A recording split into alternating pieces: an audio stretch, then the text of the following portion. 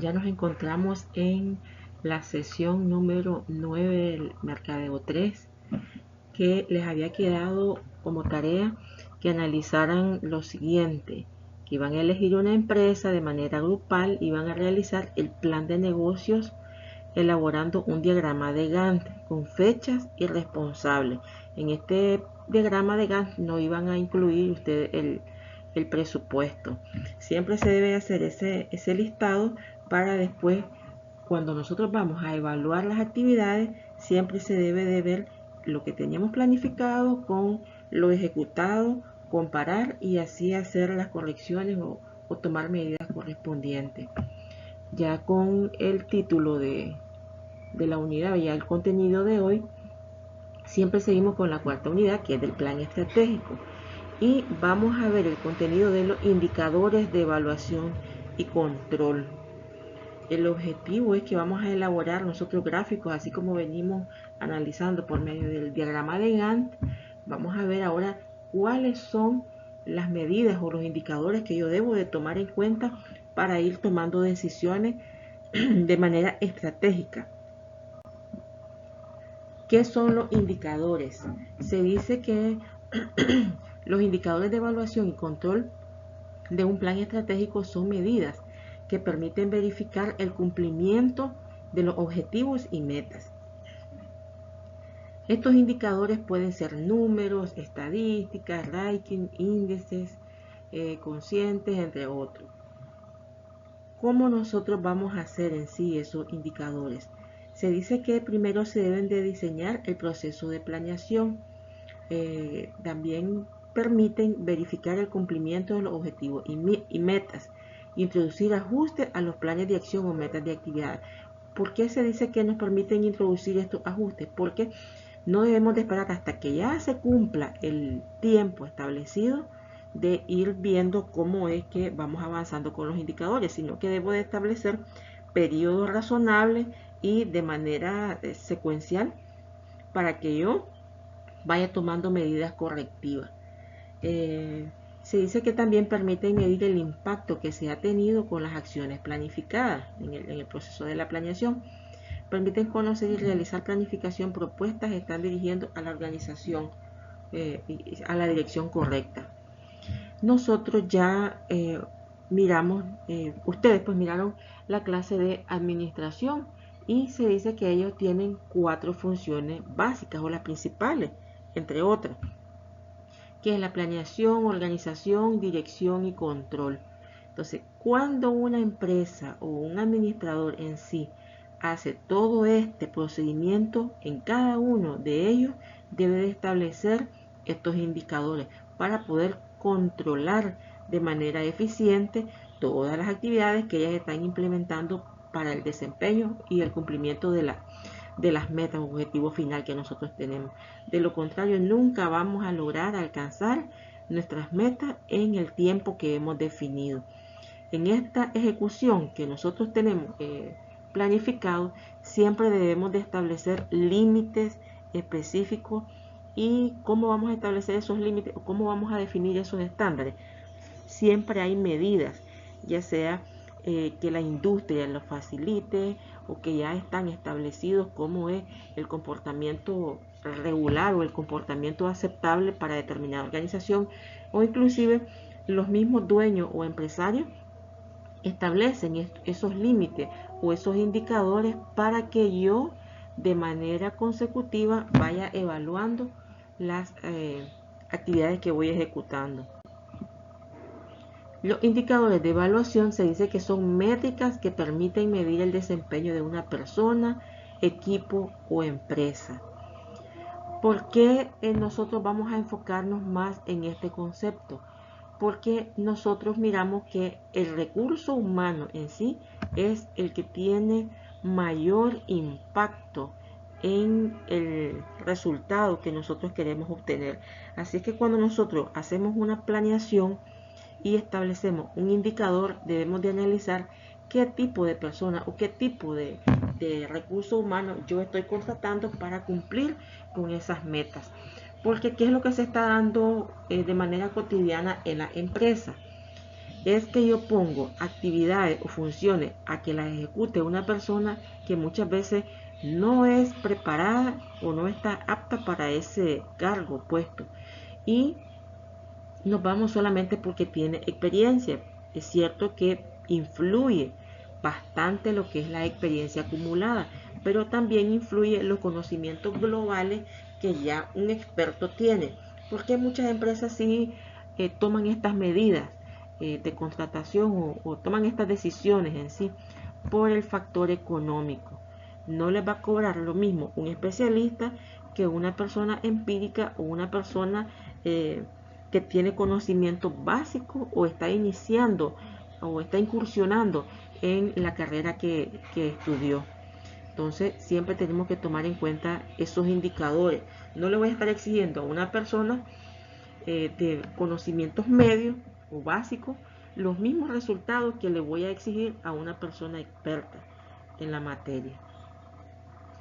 Ya después, otros indicadores que yo tengo, los indicadores de evaluación en el ámbito laboral.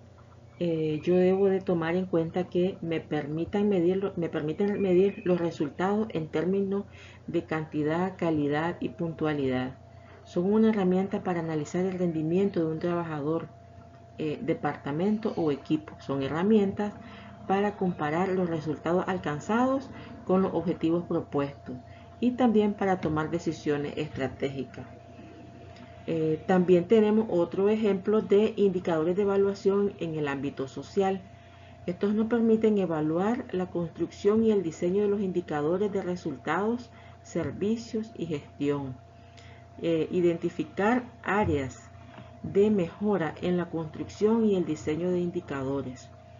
Los indicadores de evaluación también se conocen como KPI, que significa Case Performance Indicator en inglés.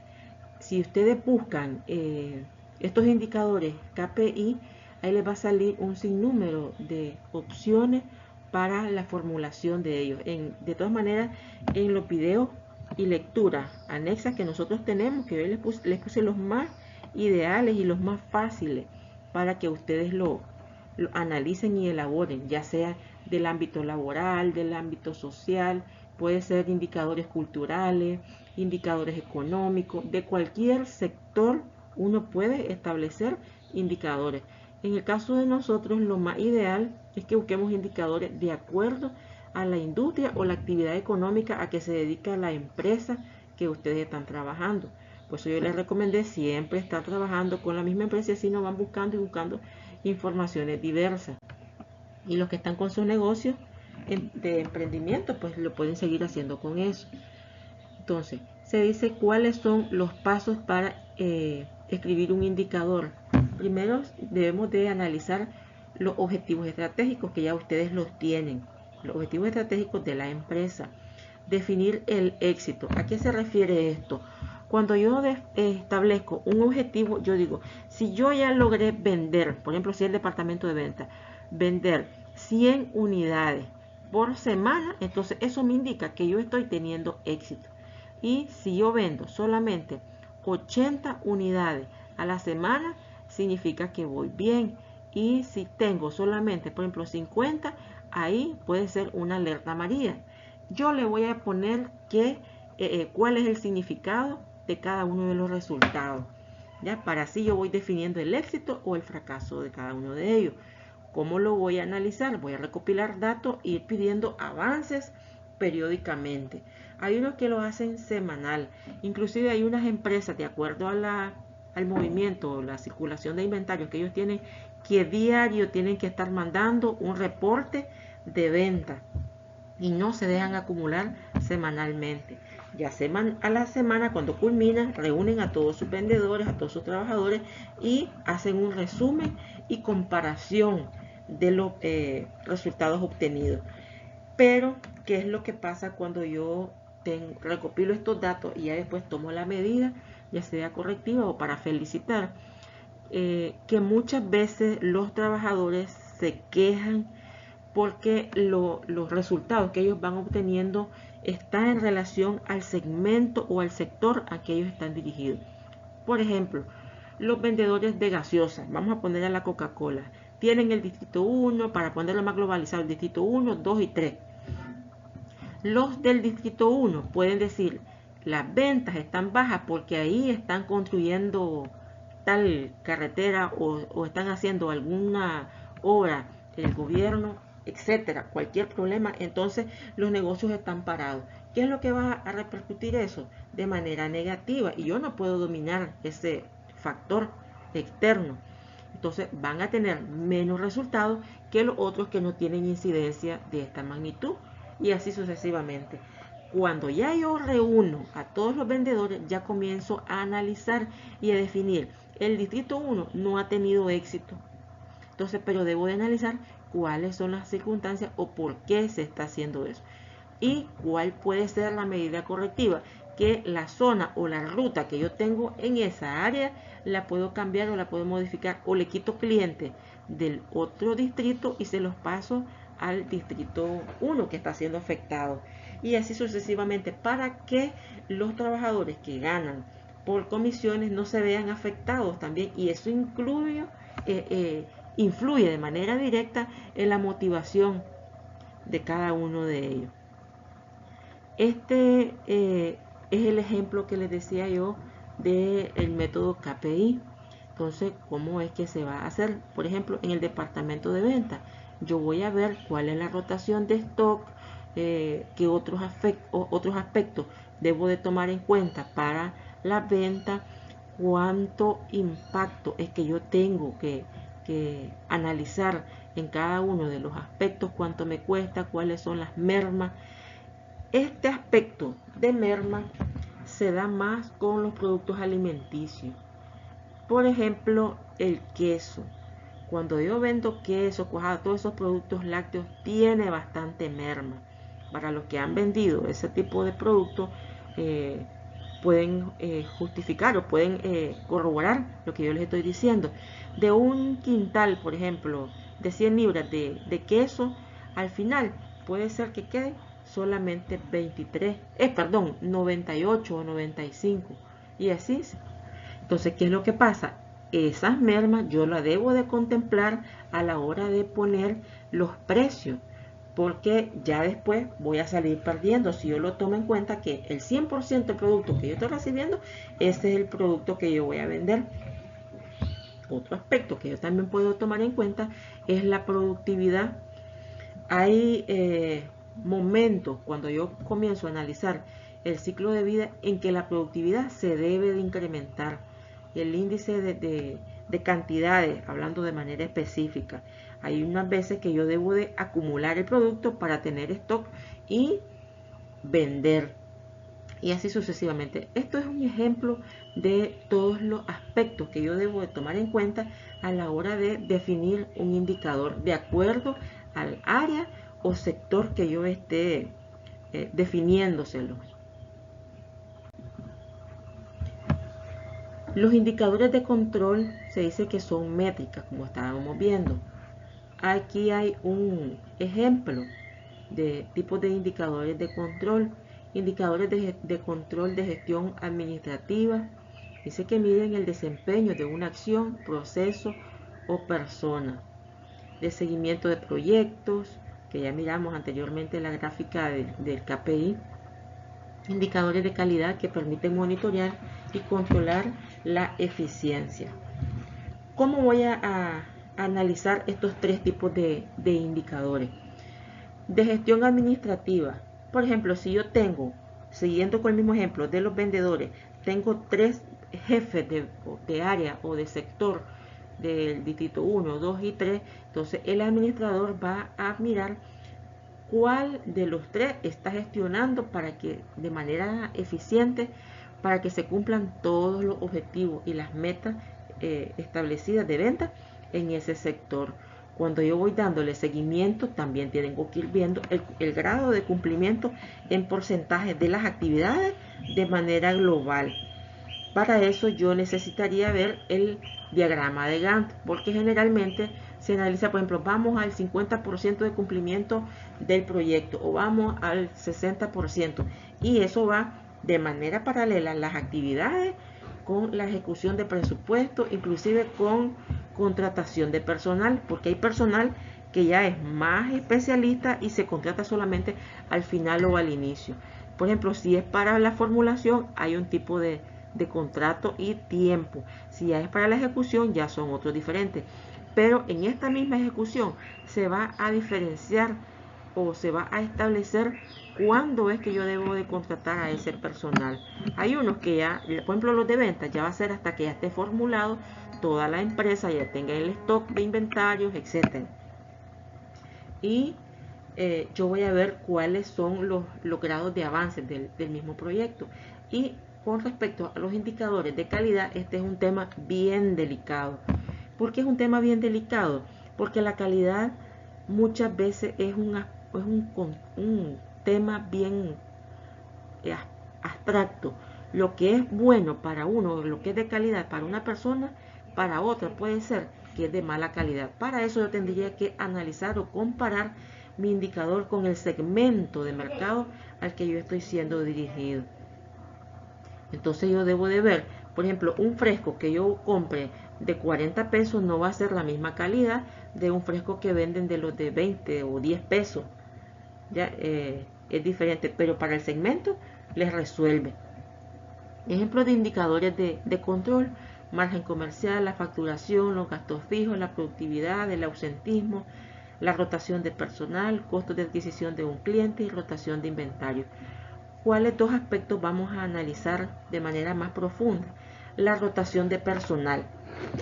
Hay muchas empresas que tienen una alta rotación de personal. ¿Qué puede ser que yo debo de analizar?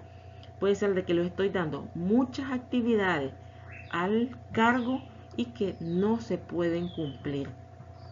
Entonces, cuando ya la gente está trabajando, ya miran que es imposible cumplir con las metas o los indicadores. Entonces, hay una alta rotación. Y el otro es los costos de adquisición de un cliente. Porque estos dos aspectos son bien clave. Porque a la hora de que yo quiero un cliente, yo debo de analizar cuánto me cuesta ir hasta donde el cliente, cuánto me va a comprar ese cliente. ¿Es un cliente que va a estar de manera permanente o es un cliente que va a estar de manera aislada, que no compra fijo? Entonces yo no voy a estar invirtiendo capital en ese cliente. Pero si ya después me dice el indicador que tiene tantos clientes, puede ser que tengo 100 clientes que me compran X cantidad de producto y puede ser que yo tenga 10 clientes y me compran más. Entonces debo de comenzar a analizar cómo voy a indicar mi grado de excelencia. Si me voy a enfocar en la cantidad o de clientes o en la cantidad de productos que yo le voy a vender a esos clientes. Ejemplos de indicadores. Tenemos indicadores de tiempo, indicadores de gestión, indicadores de medición del servicio. Con el tiempo, el plazo de entrega del producto, estado de las entregas, tiempo de preparación de pérdida, tiempo de transporte desde el punto de fabricación hasta el almacén. Hay otros indicadores de gestión: el número de pedidos con éxito, stock de productos, obsolencia de inventario, costos de gestión y mantenimiento de inventario. Con los de medición del servicio: cobertura entre oferta y demanda, valoración de las ventas, satisfacción del cliente y nivel de competitividad. La mayoría de las veces, cuando yo defino los indicadores, debo de tener a las personas de manera ideal que están involucradas en la ejecución de las actividades que yo tengo en el diagrama de Gantt. ¿Por qué yo las debo de tener en cuenta? Porque la mayoría de las veces el que está formulando no tiene conocimiento global de la ejecución de cada una de ellas.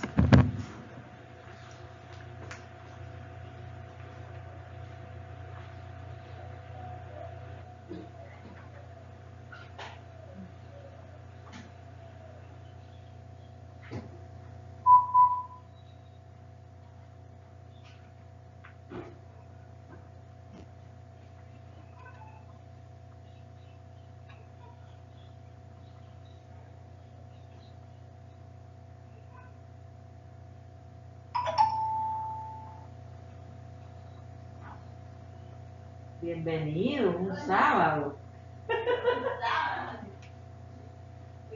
Buenos días. Voy a poner la música.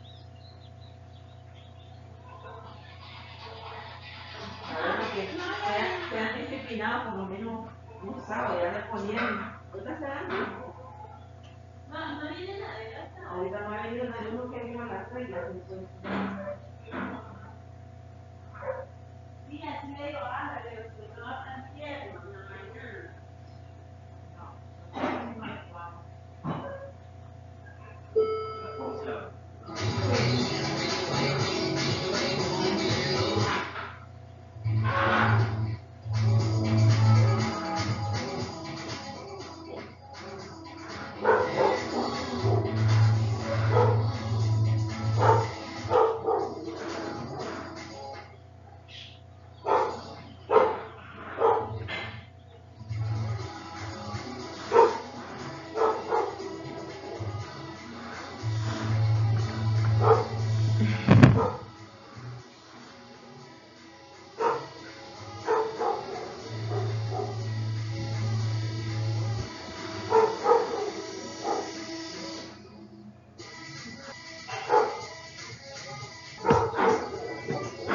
Para continuar, aquí tenemos un ejemplo de que cómo vamos a hacer el control de gestión. Ya miramos la gráfica anteriormente con la parte administrativa, con las funciones, la planeación, organización, dirección y control para medir el desempeño. Pero yo debo de tomar en cuenta bien cómo es que yo voy a establecer estos indicadores, porque el desempeño puede ser evaluado de manera negativa porque yo puse indicadores inalcanzables. Y con esto es que hay que tener mucho cuidado en las empresas. Actualmente se están dando muchos errores y miramos que nos ponen metas inalcanzables con relación a las ventas, al número de clientes, al servicio, etc. ¿Cuál es la tarea que van a hacer? Van a elegir una empresa y de manera grupal y van a redactar por lo menos 10 indicadores. Ya saben, les recomiendo que estos indicadores sean medibles, alcanzables y reales.